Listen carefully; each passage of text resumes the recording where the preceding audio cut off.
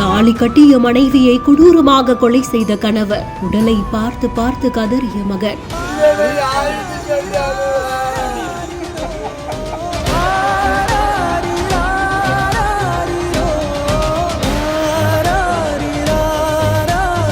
மகனின் தீபாவளி போனஸை கேட்டு தந்தை செய்த வெறி செயலா? 4 காவல் நிலைய போலீசார் சுமார் 12 மணி நேரமாக தென்னந்தோப்பில் சடலத்தை தேடியதால் பரபரப்பு.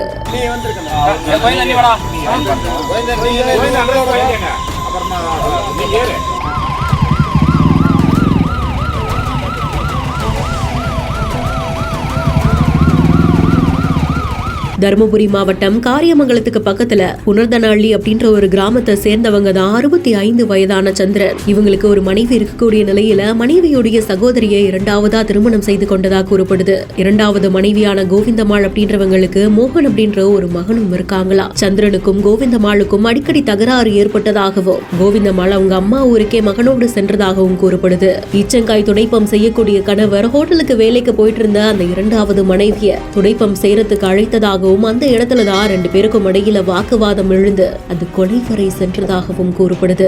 கோவிந்தம்மாளை கொலை செய்தது மட்டும் இல்லாம தானும் உயிரையே மாய்த்துக் கொள்ள விபரீத முடிவு எடுத்தாரா. மயங்கி விழுந்தவர் மீட்கப்பட்டு மருத்துவமனையில சிகிச்சை பெறக்கூடிய நிலையில சடலத்தை தேடி காவல்துறையினர் பல இடங்கள்ல தேடியதாகவும், தென்னந்தோப்புல சடலம் இருக்கிறது தெரிஞ்சு அங்கு சென்று தென்னங்கீற்றுக்கு அடியில இருந்து சடலத்தை மீட்டதாகவும் கூறப்படுது. பெற்ற தாய் உயிரற்று கிடக்கிறத பார்த்த மகன் கதறி அழ அங்க இருந்தவங்க அத்தனை பேருமே பெரும் அதிர்ச்சிக்குள்ளாக இருக்காங்க. இந்த சம்பவம் தொடர்பாக தொடர் விசாரணையும் நடந்துட்டு இருக்கு.